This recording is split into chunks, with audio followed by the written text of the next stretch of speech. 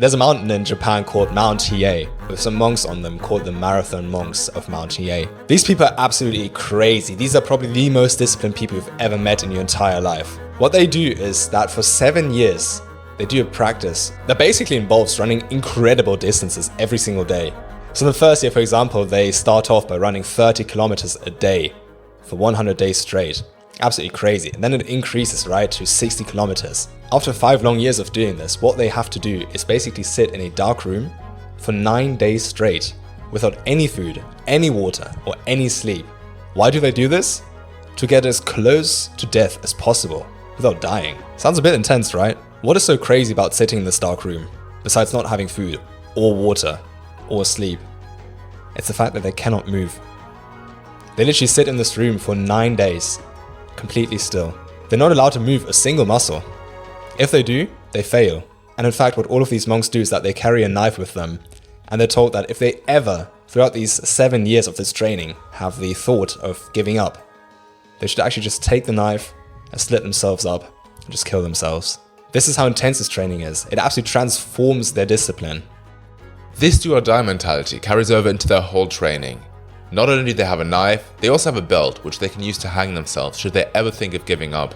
The path on which they run is covered in graves of hundreds of monks who've died either to exhaustion or died on the track due to suicide. And since 1885, less than 50 monks have completed the challenge and reached the rank of living Buddha.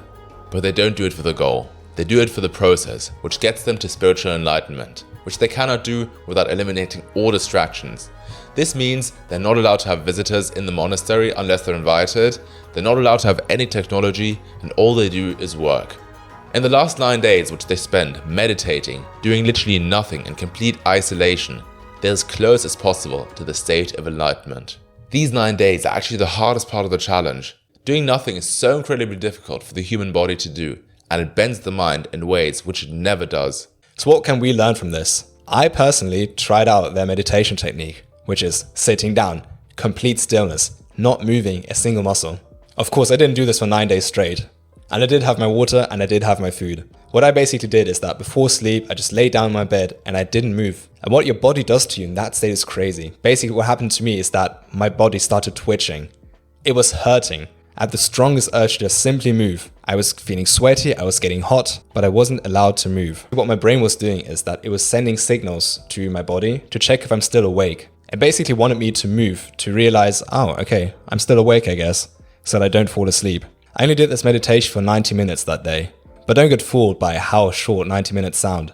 It is incredibly intense and I really wasn't expecting this. What can you learn from this? You don't need to do this for 9 days. You don't even need to do 90 minutes like I did. Literally, if 30 minutes take you out of your comfort zone, start with that. It is something that you should try because, hey, you can easily combine it with your sleep at night, right? Just do it before going to bed. You can either do it sitting up or laying down, depending on how hardcore you are. I personally believe that it is a very simple meditation technique.